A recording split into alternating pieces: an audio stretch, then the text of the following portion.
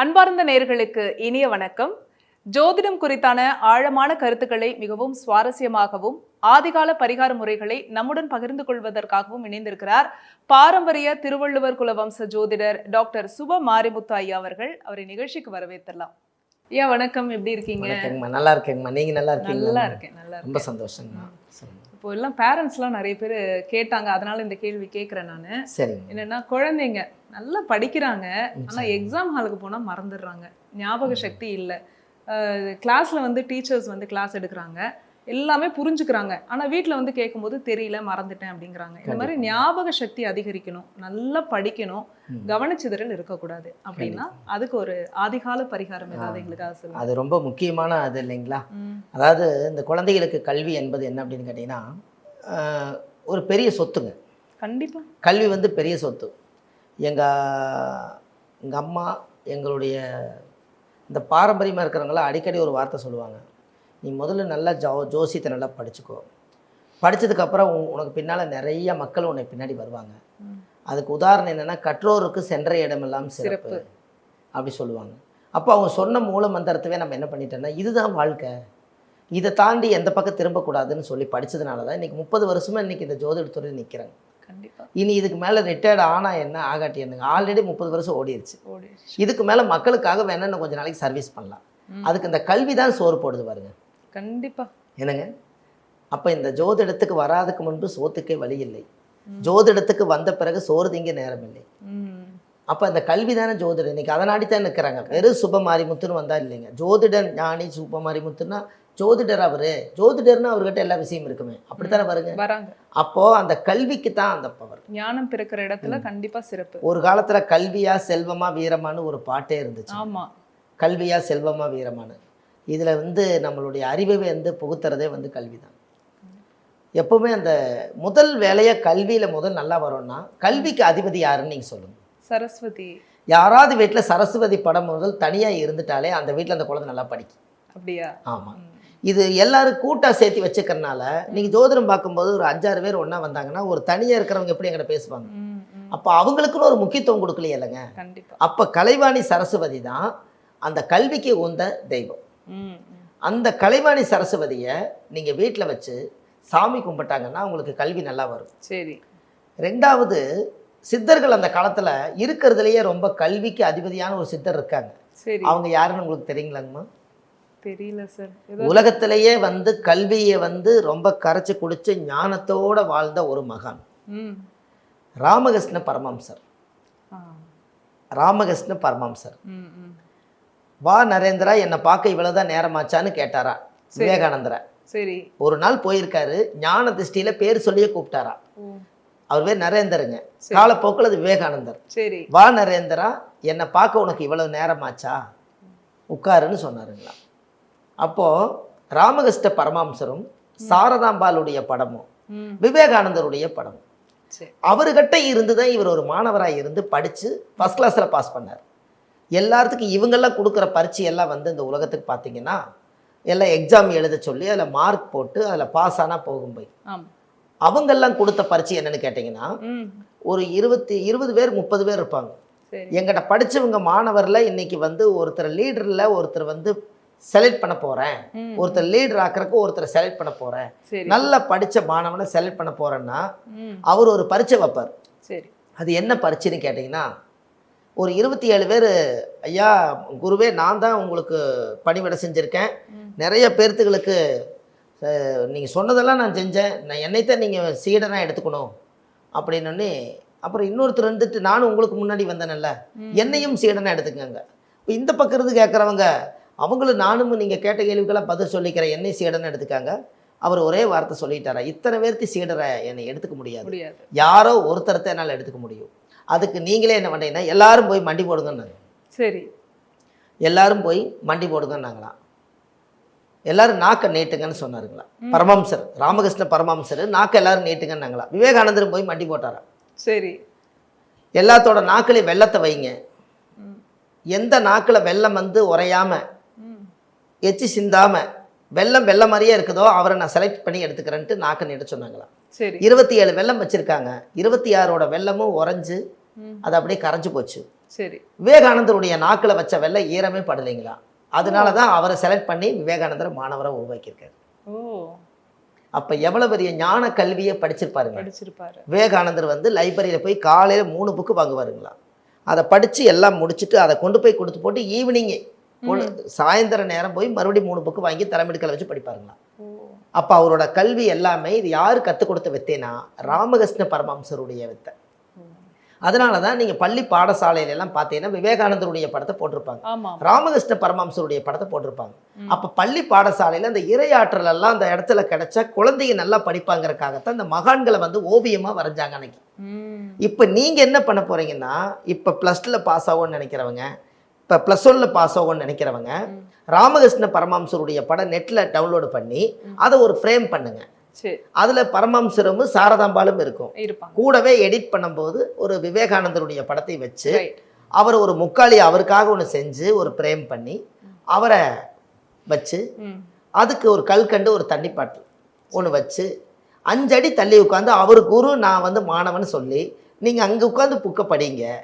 அவரோட ஆசீர்வாதத்துல எல்லா குழந்தையும் படிச்சு ஃபர்ஸ்ட் கிளாஸ்ல பாஸ் ஆயிடுவாங்க. Super sir. இது ரொம்ப புதுமையா இருக்கு. சரஸ்வதி வந்து கல்விக்கான தெய்வம் அப்படிங்கிறது இருக்குதுங்க.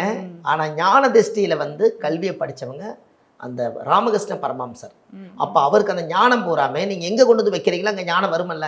கண்டிப்பா. ஏன்னா விவேகானந்தர் சாதாரணவர் இல்லைங்க, அவரே அவருக்கு சரண்டர் ஆயிட்டார் இல்லைங்களா. அப்ப இந்த கல்விக்கு மயங்கின சரஸ்வதி மாதிரி இவரு கல்விக்கு மயங்கினது ராமகிருஷ்ண பரமஹம்சர் தான். அதுல நெட்ல ராமகிருஷ்ண பரமஹம்சர்னு நெட்ல சர்ச் பண்ணீங்கன்னா அந்த அந்த உடம்புல ஒரே ஒரு வெள்ளை ட்ரெஸ் மட்டும் அழகாக போட்டு எளிமையா இருப்பார். நாங்கள் ஏன் அந்த வெள்ளை ட்ரெஸ் எல்லாம் அதிகமாக யூஸ் பண்ணணும்னு நான் நினைக்கிறேன்னா, அந்த அவங்கெல்லாம் அந்த காலத்திலேயே கலர் சூஸ் பண்ணும்போது என்ன கலர் போட்டாலும் கடைசியில் மங்கி கடைசியில் தூய்மையாக வெள்ளை தான் வரும் அப்படின்னு அவங்க முடிவு பண்ணி தான் அந்த ட்ரெஸ் எடுத்து அவங்க போட்டுக்கிட்டாங்க. அதனால தான் அந்த வெள்ளையிலவே யூஸ் பண்ணுறதுக்கு சூழ்நிலை மாறுச்சு.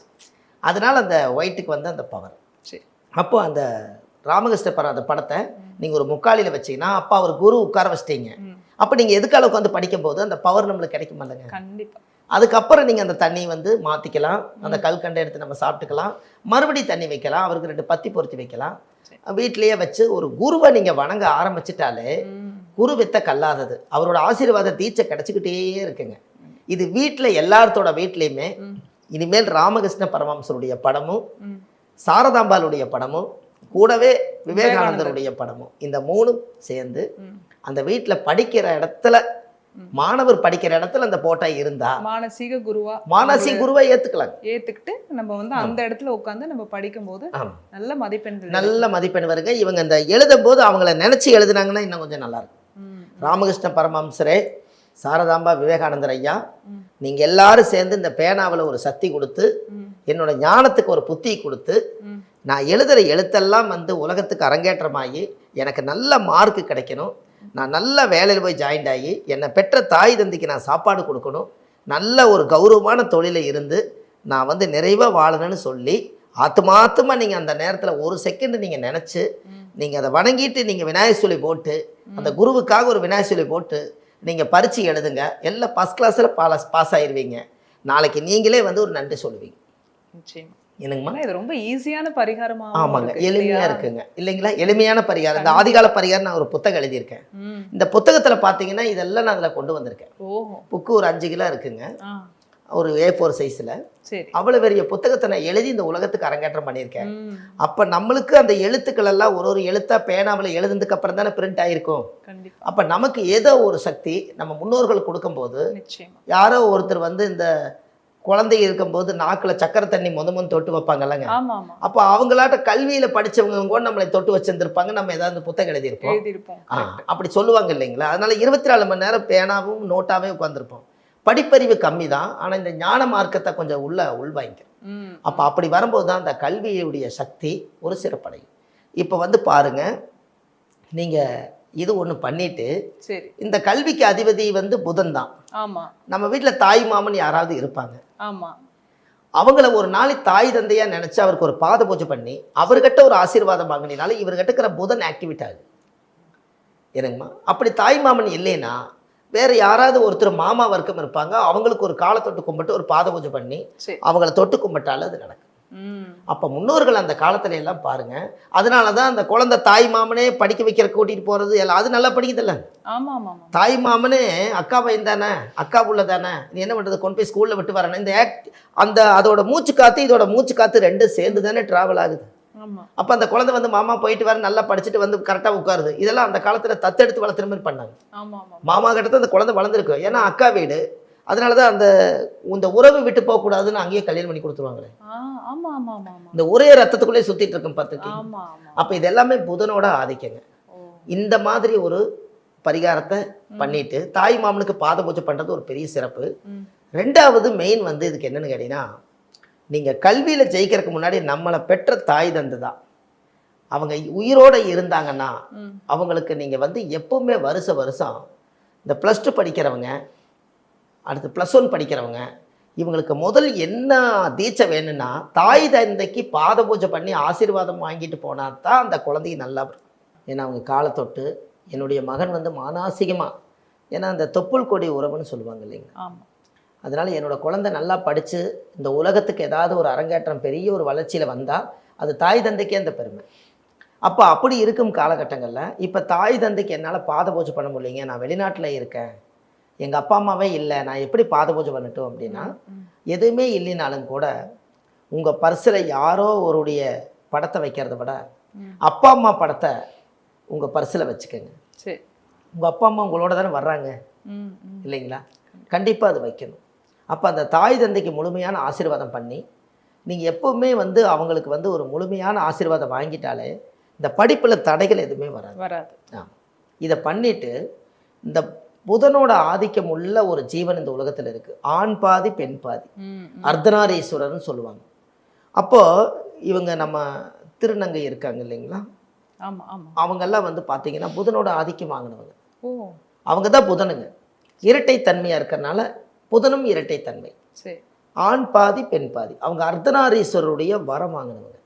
அவங்களுக்கு ஒரு பச்சை கலரில் ஒரு புடவை, சரி, ஒரு சாப்பாடு, ஒரு தண்ணி பாட்டில், இது வாங்கி நீங்கள் என்னை வாழ்த்துங்க, எனக்கு படிப்பு நல்லா வரணும்னு சொல்லி அர்த்தநாரீஸ்வரராக நினச்சி அவங்களுக்கே நீங்கள் தானமாக கொடுத்துட்டிங்கன்னா அவங்க தலையில் தொட்டு நான் ஒரு நேரம் உன்னோட புடவையை கட்டிட்டு நான் சாப்பிட்றேன் அப்படின்னு அவங்க வாழ்த்துனாங்கன்னா அந்த படிப்பில் இருக்கிற தோஷ நிவர்த்தி ஆகி நல்லா படிப்பாங்க. ஏன்னு கேட்டிங்கன்னா, ஆதி காலத்தில் முன்னோர்கள் வந்து சத்தியும் சிவனும் வந்து ஒரே நேர்கோட்டில் அர்த்தம் புரியாதவர்களுக்கெல்லாம் அர்த்தம் புரிய வைக்கும் அர்த்தநாரீஸ்வரர். அவருடைய அவதாரம் தான் இந்த புதனோட ஆதிக்கம். அப்போது அந்த புதனுடைய சக்தி யார் ஜாதகத்தில் எல்லாம் நல்லா இருக்குதோ அவங்க கல்வியில் வந்து சிறந்தவங்களாக இருப்பாங்க. இப்போ பாருங்க, 9 நவகிரகத்தில் புதன் ஸ்தலம் வந்து திருவெண்காடு. சரி. இந்த திருவெண்காட்டில் புதனுடைய ஆதிக்கம் அங்கே இருக்கு. ஆமாம். இந்த ஒருத்தருக்கு ஜாதகத்தில் புதன் திசை நடந்தால் 17 வருஷம் நடக்குது. அப்போது யார் ஜாதகத்துல எல்லாம் கல்வி நல்லா வரும்னு நினைக்கிறாங்களோ வாழ்க்கையில் ஒரு முறை புதன் திசைக்கு புதன் பகவான் கோயிலுக்கு போகணும். சரி. திருவெண்காடு புதன். இந்த புதன் பகவான் கோயிலை போய் 17 விளக்கு நெய் விளக்கு ஏற்றி சாமிக்கு தேங்காய் பழம் பூ மாலை கல்கண்டு வாங்கி அர்ச்சனை பண்ணி அந்த கோவிலில் போய் சாமி கும்பிட்டு வந்தாங்கன்னா அவங்க ஜாதகத்தில் அந்த சரஸ்வதி தோஷம் நிவர்த்தி ஆகும். இதுக்கு பேரே சரஸ்வதி தோஷங்க. அப்படியா? ஆமாங்க. சொல்கிறாங்க இல்லைங்களா, நான் எவ்வளவு கரெக்டாக படித்தேன் ஆனால் என்னால் மார்க் வந்து இவ்வளோ கம்மியாக இருக்குது, இது எங்கே தப்பு நடந்ததுன்னே தெரியலன்னு யாரையுமே குறை சொல்ல முடியாமல் உள்ளேயே அழுதுட்டு வெளியே சிரிச்சிட்டு இருப்பாங்க. ஆனால் அது காரணம் என்னன்னு கேட்டிங்கன்னா, நம்ம முன்னோர்களோ இல்லை ஜென்ரேஷன் யாரோ ஒருத்தர் இந்த குருவோட சொத்தை அபகரிச்சிருந்தாங்கன்னா அந்த குரு சாபம் வரும்போது அந்த குருவோட கல்வி வராது. அப்போ நீங்கள் நல்லா படித்து பெரிய ஆளாக வரணும்னா சரஸ்வதி உடைய அவதாரம் தானே. அப்போ சரஸ்வதி சாபம் வரக்கூடாதுன்னா நல்லா படிக்கணும்னா வாழ்க்கையில் ஒரு முறை கூத்தனூர் சரஸ்வதி. சரி. கூத்தனூர் சரஸ்வதி கூகுளில் சர்ச் பண்ணோம்னா அந்த ஊருக்கு பேரே கூத்தனூர், சரஸ்வதி தாயார். அந்த கோவிலில் போய் குங்கும அர்ச்சனை பண்ணி பச்சை புடவை வாங்கி அந்த குழந்தைக்கு சாத்தி சாமிக்கு தேங்காய் பழ பூ மாலை கல்கண்டு வாங்கி அர்ச்சனை பண்ணி அந்த கோயிலில் சாமி கும்பிட்டு வந்தாங்கன்னா அந்த குழந்தைக்கு ஆயுள் வரைக்கும் கல்வி தோஷம் வராது. அதனால தான் சரஸ்வதி உடைய தாயார் கோயில் தமிழ்நாட்டே அங்கே ஒன்று தான் இருக்குதுங்க. ஆமாம். அந்த சரஸ்வதி தாயாருக்கு தான் ஒன்று. இன்னும் ஒன்று வேணால் பண்ணலாங்க. இப்போ சரஸ்வதி கையில் என்ன இருக்குதுங்கம்மா? வீணை இருக்கும் சார். வீணை இருக்குதுங்க. அது கூட வேற என்ன இருக்குதுங்க? தெரியல. கையில் ஒரு இது மாதிரி இல்லை வச்சுக்கோங்க. புத்தகத்தை பாதி விரிச்சு ஆமா இந்த பக்கம் பாதி விரிச்சு அவங்க வீணை வாசிக்கிற மாதிரி தான் எல்லாத்துலேயும் வரும். ஆமா கரெக்டுங்களா? இருக்கும். அது என்னன்னு போய் சரஸ்வதி கிட்டேயே கேட்டால் ம். நீங்கள் என்ன பண்ணிட்டு இருக்கிறீங்கன்னு கேட்டால் ம். நானும் படித்து கொண்டு தான் இருக்கிறேன் அப்படின்னு தான் சரஸ்வதி சொல்லிச்சான். ஆமா. அப்போது அவங்க படிச்சுட்டேன்னு சொல்லி முடிக்காம ம். நானும் பாராயணம் பண்ணிட்டு தான் இருக்கிறேன், ம். அதில் ஒரு சக்தியை நான் உனக்கு கொடுக்குறேன் அப்படிங்கிறக்காகத்தான் சரஸ்வதி கையில் அந்த புத்தகத்தோட வீணை இருக்கு. வீணை இருக்கு. அதனால இந்த ப்ராஜெக்ட் பண்ணுவாங்க இல்லைங்களா, வீணை ஒரிஜினல் வீணை வாங்கி வைக்கிறவங்க வாங்கி வைக்கலாம். வைக்கலாம். அப்படி இல்லாதவங்களுக்கு ஒரு இசைக்கருவி மாதிரியே அது இருக்குது. சரி. அந்த சங்கீதம் வர்றது, அந்த வீணையை வந்து சரஸ்வதி படம் ஒன்று வீட்டில் மாட்டி இந்த வீணையை கொண்டு போய் அங்கே வச்சு சரி. ஒரு நாளாவது சரஸ்வதிக்கு தேங்காவில் உடச்சி வச்சு வீட்டில் சாயம் போட்டாங்கன்னா ம். அந்த கல்வி தோஷம் அந்த வீட்டிலேயே நிவர்த்தி ஆகும். அந்த வீட்டில் இருக்கிற குழந்தைங்க எல்லாம் நல்லா படிப்பாங்க. ம். ம். இது எல்லாமே இது முக்கியமான பாயிண்ட் இல்லைங்களா? ஆமா. அதனால மக்கள் இதை படித்து இந்த வரக்கூடிய டெண்டரில் அவங்க +1 +2 எல்லாம் படித்தாங்கன்னா ம். ம். வாழ்க்கையில் பெரிய அசுர வளர்ச்சிக்கு வந்துடுவாங்க. நிச்சயமா கல்வி ஞானம் பிறக்கணும். கல்வி ஞானம் வந்து எப்பவுமே நம்ம கூட இருக்கணும். ம். அழியாத செல்வம், அபகரிக்க முடியாத ஒரு செல்வம்னா கல்வி செல்வம் தான். ஆமாங்க. ஏன்னா கல்வியோட அந்த சொத்து இருந்ததுன்னா ம். அதை மட்டும் யாராலையும் எடுத்துட்டு போகவே முடியாது எடுத்துட்டு அப்படின்னு போக சொல்லுவாங்க. நிச்சயமா கற்றது கைமண் அளவு, கல்லாதது உலகளவுன்னு நம்ம சரஸ்வதி தாயாரே சொல்லியிருக்காங்க. கண்டிப்பாங்க. நிச்சயமா அதுக்கு ஒரு நல்ல ஒரு ஆதிகால பரிகாரம். குழந்தைங்க நல்லா படிக்கணும், நல்ல மார்க்ஸ் வாங்கணும் அப்படிங்கிறதுக்காக கண்டிப்பா. சொல்லியிருக்கீங்க சார். மிக்க நன்றி. ரொம்ப சந்தோஷமா, நன்றிங்கம்மா.